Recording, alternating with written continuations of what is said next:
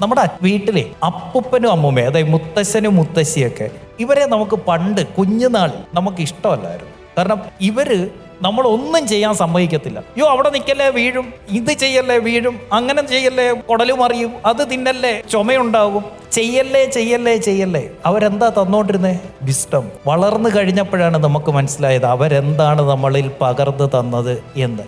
പക്ഷെ അന്ന് എന്താ അത് ദേഷ്യം തോന്നിയേ? അറിവില്ലായിരുന്നു. ഇന്ന് അറിവ് കിട്ടിയപ്പോഴാണ് മനസ്സിലാകുന്നത് അതായിരുന്നു ശരിക്കും എനിക്ക് വേണ്ടിയിരുന്നത്, ആ ഉപദേശമായിരുന്നു എന്ന്. ഇന്ന് നമ്മൾ അവരെ അതുകൊണ്ട് സ്നേഹിക്കുന്നു. അന്ന് നമുക്ക് അവരോട് എന്തിനെ എല്ലാത്തിലും ഇടപെടുന്നേ അമ്മമ്മ, അപ്പൂപ്പൻ എന്തിനാ ആവശ്യമില്ലാത്ത കാര്യത്തിൽ ഇടപെടുന്നേ? നമ്മൾ പറഞ്ഞിട്ടുണ്ട്, ശരിയല്ലേ? നമ്മുടെ കുഞ്ഞുങ്ങൾ നമ്മുടെ അച്ഛനോട് പറയുന്നതൊക്കെ നമ്മളിപ്പോൾ കേൾക്കുന്നുണ്ട്. എന്തുകൊണ്ടാണ്? ആ ജ്ഞാനം ഉൾക്കൊള്ളാനുള്ള കരുത്തവർക്കില്ല. ഈ സോഷ്യൽ മീഡിയയിൽ വന്നിട്ട് എന്നെ തെറി വിളിക്കുന്നവരുടെ കാര്യത്തിലും ഇത് തന്നെയാണ്.